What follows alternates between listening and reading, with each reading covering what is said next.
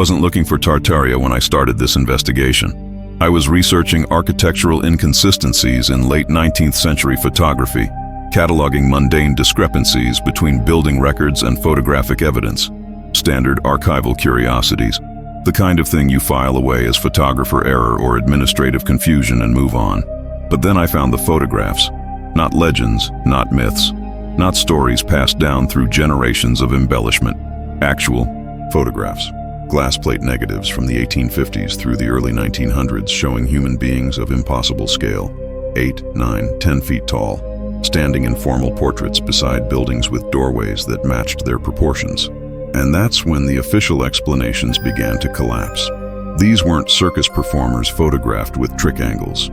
These weren't hoaxes using forced perspective. These were government employees, construction workers, civic officials standing in front of administrative buildings, courthouses, train stations with architectural features sized precisely to their frames. The photographs showed doorways 12 to 15 feet high, not at grand entrances designed for aesthetic impact, but in working corridors, in back entrances, in loading docks where grandeur serves no purpose. The staircases showed risers so tall, a normal person must stretch uncomfortably to climb them. The windows sat at heights that would leave an average person's eyes level with the bottom sill when standing. These weren't ceremonial spaces. These weren't buildings designed to intimidate visitors with scale. These were working structures, administrative offices, residential buildings, the everyday architecture of civic life. Who were they built for? And why do hundreds of these photographs exist across America, Europe, Russia, and Asia, all from the same narrow time period, all showing the same impossible proportions, all depicting individuals whose very existence challenges everything we've been taught about human history? The pattern repeats with unsettling precision.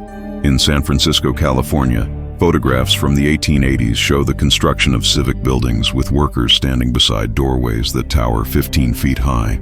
Standard construction photographs, the kind taken to document progress, except the men in the photographs, the ones not positioned for scale reference, stand comfortably beneath archways that would require modern humans to pass through on tiptoe. In St. Petersburg, Russia, images from the same period feature similar architectural anomalies. Government halls with interior door heights that make no sense for populations we're told existed then. The official records describe these as neoclassical revival architecture, buildings constructed between 1850 and 1900, yet the scale defies explanation. Not decorative excess, functional necessity. These buildings weren't designed to impress. They were designed to accommodate. In photographs from across the American Midwest, images show town officials, mayors, sheriffs standing for formal portraits in front of county courthouses, standard civic photography of the era. Except these officials stand 8, 9, sometimes 10 feet tall. Not estimated, measured. When you examine the photographs closely, when you compare them to objects of known dimension, doors, windows, staircases, the math is unavoidable. And here's the strangest part. These photographs weren't hidden. They appeared in local newspapers. The New York Times, 1885, published an article titled "Giant Skeletons Discovered in Ohio Mound." The article describes the excavation of burial sites containing human remains of extraordinary size. The London Globe ran similar stories. Scientific American published multiple pieces throughout the 1890s documenting discoveries of oversized human bones. These weren't fringe publications. These were the most respected newspapers and scientific journals of their time. They reported these discoveries as news, as fact, with the casual certainty of reporting any archaeological find. And in nearly every case, the articles noted that the remains were sent to the Smithsonian Institution for further study and preservation. Then the remains disappeared, not lost over time, vanished. The Smithsonian's current position is that no such skeletons of giants exist in their collections. None, despite dozens of newspaper reports explicitly stating that bones were shipped to their facility, despite documented correspondence from field agents describing the transportation of these specimens, despite inventory records from local historical societies tracking the transfer of remains to Washington. Missing, lost, misplaced during routine cataloging. Always the same explanation. Acknowledge, categorize, move on. Never investigate, never ask why. The deeper I went, the more photographs I uncovered. Hundreds of images from the period between 1850 and 1920, showing individuals of impossible stature, not scattered across random collections, concentrated in specific archives. The Library of Congress contains several dozen such photographs filed under civic architecture and construction documentation. None are cataloged as depicting giants. They're labeled as standard historical photography. But when you examine them, when you measure the proportions, when you compare the subjects to architectural elements of known dimension, the scale becomes undeniable. In one series from Kansas, a photograph shows the construction crew for a new state building in 1893. 23 men standing in front of the structure. 19 of them appear to be normal height, between 5'6" and 6 feet tall based on the door frame behind them. 4 men, standing in the center of the group, tower over the others. Not slightly. Taller, dramatically taller. The tallest stands with his head level with a second-story window. When measured against the brickwork, which follows standard dimensions verified in building records, he stands approximately 9.5 feet tall. The photograph isn't degraded. It's not distorted. It's a standard large format plate negative, the kind that captured incredible detail and couldn't be easily manipulated with the technology of that era. The photographic chemicals and processes of that time made retouching or compositing nearly impossible. These plates captured what was physically in front of the camera, and what they captured were human beings who shouldn't exist according to everything we've been taught about human evolution and physiology. The Smithsonian archives contain several references to these discoveries. Their own field agents documented them. The 12th annual report of the Bureau of Ethnology to the Secretary of the Smithsonian 1890 to 1891 describes excavations near Chillicothe, Ohio. The report details the discovery of a massive skeleton, mouth stuffed with pearls, body encased in copper armor. The skeleton measured over 8 feet from skull to heel. The report was written by John Wesley Powell, the director of the Bureau of Ethnology. Not a fringe researcher, not an amateur archaeologist, the head of the Smithsonian's own archaeological division. His report describes the find matter-of-factly, with technical precision, as one discovery among many. It mentions similar finds in Alabama, where in 1876, Hezekiah Powell discovered a skeleton measuring 9 feet from head to heel. The Alabama Historical Society documented it. Multiple witnesses verified the measurements. The bones were sent to the Smithsonian. Now the Smithsonian claims no such specimens exist in their collection. They label these discoveries as misidentifications of extinct megafauna, as exaggerated accounts from amateur observers, as the misremembering of dimensions by untrained excavators. But how do you misidentify a skeleton with a mouth stuffed with pearls? How do you misremember measurements verified by multiple trained observers and documented in official state historical society reports? How do you confuse a human skeleton encased in copper armor with an extinct animal? The explanations don't hold. Between 1880 and 1920, over 200 newspaper articles across the United States documented discoveries of giant skeletons, not tabloid sensationalism, sober reporting in papers like the San Francisco Call, the Charleroi Mail, the Indianapolis Journal. These articles describe discoveries in mounds, in caves, in construction sites. They provided specific measurements, specific locations, names of witnesses, often including photographs. The discoveries followed a pattern. Burial sites would be uncovered during farming or construction. Local authorities would be called.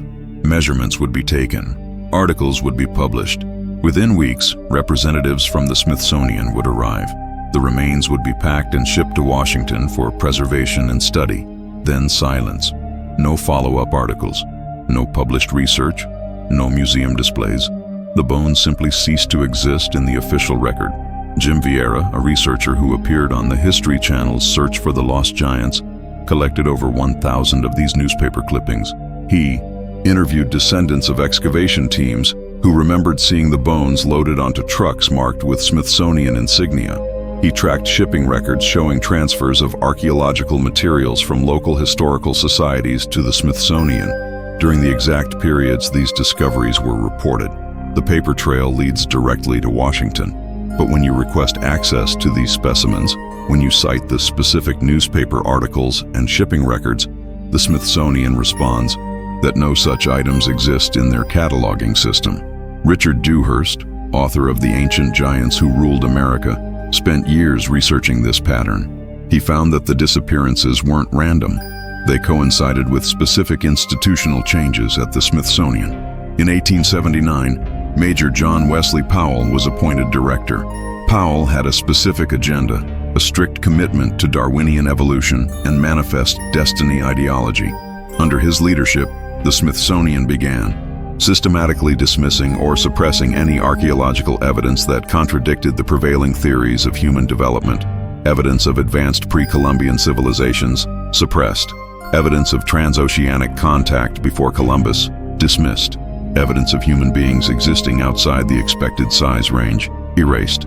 Not through active destruction, though some researchers claim that happened too, but through passive bureaucratic erasure. Specimens reclassified. Cataloging systems changed. Access restricted. Questions not asked. This wasn't a conspiracy in the traditional sense.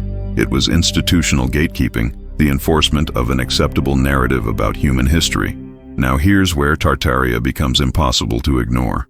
Those photographs of impossible architecture, those civic buildings with 15-foot doors and second-story windows at ground level, they weren't built by the societies we're told constructed them. In maps from the 18th and 19th centuries, Tartaria appears consistently, not as legend, not as myth, as an actual geopolitical entity. The French Encyclopédie from 1771 shows Tartaria occupying vast territories across Central Asia, parts of Russia, extending into what we now call Siberia and Mongolia.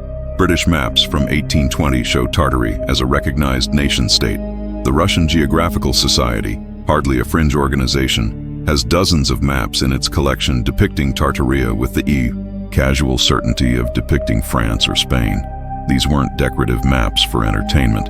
These were official diplomatic and commercial documents used for trade negotiations and territorial agreements. Tartaria was real, recognized, and then sometime in the late 1800s, it vanishes. Not conquered, not renamed, erased. The maps are redrawn, the encyclopedia is omitted, the historical records pretend it never existed, but the buildings remain, those structures with impossible proportions, those civic halls and train stations and administrative buildings that make no sense for normal human populations. They're the architecture of Tartaria, and the photographs showing individuals of extraordinary height standing comfortably in front of these buildings, positioned naturally beneath doorways that tower over modern humans. Those are the people of Tartaria. The photographic evidence and the architectural evidence converge. The structures and the people who built them existed simultaneously. The buildings weren't constructed with exaggerated scale for aesthetic purposes. They were built to accommodate inhabitants who stood 8, 9, 10 feet tall. And between 1850 and 1920, we have photographic documentation of this population existing, working in civic positions, constructing buildings, living ordinary lives. Then suddenly, in the early 1900s, the photographs stop, the newspaper reports cease, the architectural style changes. New buildings are constructed to normal human scale, and the old buildings, the ones with impossible proportions, they're relabeled as neoclassical revival, as Gothic revival, as examples of architectural excess from a bygone era. Their original purpose is obscured. Their original inhabitants are erased from history. What disturbs me most isn't the evidence itself, it's the coordinated silence surrounding it. Academic institutions don't debate whether these photographs show what they appear to show. They pretend the photographs don't exist. Museums don't display the specimens that newspaper articles explicitly state were delivered to their collections. They claim those specimens were never received or were lost in routine transfers. Historical societies don't investigate why so many newspaper reports from reputable publications documented identical findings across vast geographical distances. They dismiss them as the overactive imaginations of amateur archaeologists, unfamiliar with human anatomy. But here's what they can't explain. Why would newspapers in Kansas, Ohio, Pennsylvania, Idaho, California all publish remarkably similar stories about giant skeleton discoveries in the same 2-decade period if there was no factual basis? Why would the Smithsonian's own field reports document these discoveries in technical language if they were hoaxes or misidentifications? Why would state historical societies create official records tracking the transfer of specimens if those specimens never existed? The pattern repeats across disciplines, across countries, across decades of scholarship. It's not active suppression in the traditional conspiratorial sense. It's passive erasure. Questions that simply aren't asked, evidence that isn't examined, connections that aren't made because making them leads to conclusions that don't fit the established narrative of human history. Alois Hrdlicka, curator of anthropology at the Smithsonian, formally rejected the existence of giants in 1934. His rejection came not from new evidence disproving the discoveries, but from theoretical objections. Giants couldn't exist, he argued, because they didn't fit evolutionary models.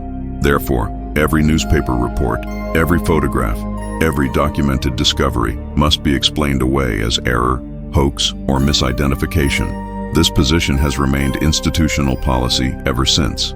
Any researcher who questions it, who presents the photographic evidence, who points to the newspaper archive, who notes the architectural anomalies, is dismissed as promoting pseudo-history or conspiracy theory. Let me propose something that sounds absurd until you examine the evidence.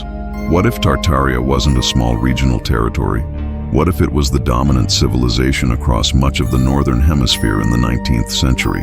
What if the populations we see in these photographs, the people standing 8 to 10 feet tall, were the Tartarian administrative class, the builders and civic officials of a highly advanced society? This would explain the architectural pattern. Why buildings from San Francisco to St. Petersburg, from Kansas to Moscow, all constructed in the same 50-year period, all feature identical scaling anomalies. They weren't built by different cultures independently developing similar aesthetic preferences. They were built by the same civilization, a civilization that spanned continents, that maintained consistent architectural standards because it was administering vast territories as a unified empire.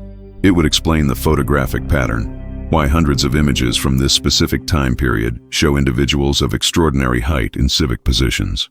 They weren't isolated cases of gigantism. They were members of a population that included both normal-sized humans and a significant percentage of individuals standing significantly taller. The photographs show them because they held positions of authority. They were the officials, the administrators, the builders. It would explain the disappearance. If you're inheriting structures you didn't build, inheriting administrative systems you don't fully understand, inheriting civic infrastructure designed for populations of different physical proportions, what do? You adapt the narrative. You claim it as your own. You backdate the construction. You relabel the architectural style. You attribute the buildings to your own cultural traditions. And you remove any evidence, photographic or skeletal, that suggests someone else was here first. Someone significantly larger. Someone whose very existence challenges your claim to have been the primary civilization of that era. The convergence of evidence is too consistent to ignore. The photographs peak between 1880 and 1910. The same period newspaper reports of giant skeleton discoveries appear most frequently. The same period Tartaria disappears from maps and encyclopedias. Then everything stops. The photographs stop. The newspaper reports cease. The architectural style changes. The historical records are rewritten, as if someone decided certain questions were no longer acceptable to ask. Native American legends support this timeline. Multiple tribes describe encounters with a race of giants who inhabited North America before their own ancestors arrived. The Paiute people tell stories of the Saiduka, red-haired giants who were eventually driven into Lovelock Cave in Nevada and annihilated when the Paiutes set fire to the cave entrance after years of conflict. In the early 1900s, archaeologists excavated Lovelock Cave. They found human remains. Some of the skulls showed red hair preserved in the dry cave environment. Some of the skeletal remains measured over 8 feet in length. The discoveries were documented, photographed, sent to museums. Then they disappeared from the archaeological record. Ralph Glidden, an amateur archaeologist, excavated thousands of skeletons from burial sites on Catalina Island, off the California coast in the late 1800s. His photographs show rows of skulls arranged for documentation. Some of the skulls are noticeably larger than normal human dimensions. His excavation notes describe skeletons ranging from 7 to 9 feet in length. The Catalina Island Museum displayed some of these remains until the mid-1900s. Then they were removed from display. Current museum staff claim they have no record of where those remains went. Hundreds of these sites existed. Mound sites across Ohio, Illinois, Wisconsin, burial caves in Idaho, earthworks in Oklahoma, ancient settlements in Alabama. Nearly all were excavated between 1850 and 1920. Nearly all yielded skeletal remains of unusual size. Nearly all those remains were sent to the Smithsonian or regional museums for preservation. Nearly all have since vanished from institutional collections. I don't have definitive answers, only questions that accumulate, that build upon each other, that create a weight the official narrative can't support. Why do hundreds of photographs from a specific 50-year period show human beings of impossible scale in civic positions across multiple continents? Why do dozens of respected newspapers from that same period report discoveries of giant skeletons with specific measurements and named witnesses? Why do the Smithsonian's own field reports from that era document these discoveries in technical language, only for the institution to now claim no such specimens ever existed in their collections? Why does the architectural evidence, buildings with door heights, window placements, and staircase dimensions that make no functional sense for normal human populations, concentrate in structures all built during that same narrow time frame? Why does Tartaria, appearing consistently on maps and in encyclopedias through the 1800s as a recognized geopolitical entity, suddenly vanish from all historical records in the early 1900s? Why do Native American oral traditions describe giants inhabiting the continent before their ancestors, matching the time frame when photographic and skeletal evidence appears most frequently? Not coincidence, not random variation, not independent anomalies that happen to align. Pattern. And when you see the pattern, when you trace it across continents and centuries, when you watch it appear and disappear with suspicious precision, you have to ask, what aren't we being told? What civilization was erased when those photographs stopped appearing?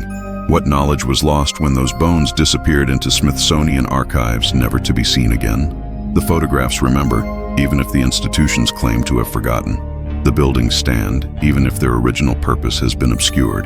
The newspaper articles persist in archives, even if no one is supposed to. Notice the pattern they reveal. The evidence waits, scattered across collections worldwide, for someone willing to ask the questions everyone else has agreed not to ask. Who were the giants of Tartaria? Where did they go? And what else vanished with them that we're still pretending was never here at all? The photographs don't lie. The architecture doesn't lie. The bones existed because hundreds of documented sources confirm they existed. Someone built those impossible buildings. Someone stood 8 to 10 feet tall and served as civic officials in cities across the world. Someone was erased from history so thoroughly that even mentioning their existence invites ridicule. But the evidence persists. Once you see it, you can't unsee it. And once you recognize the pattern, you can never look at 19th century photography, at historical architecture, at institutional denials, quite the same way again. The giants they erased from history left fingerprints too large to hide. The question isn't whether they existed. The photographs and the architecture and the newspaper archives prove they did. The question is why their existence had to be erased. What truth about our history, about who built our cities, about what civilization preceded our own, was so threatening that it required the systematic removal of all physical evidence? That answer is what the Smithsonian isn't telling us. And that silence, more than any photograph or skeleton ever could, reveals just how much of our past has been deliberately hidden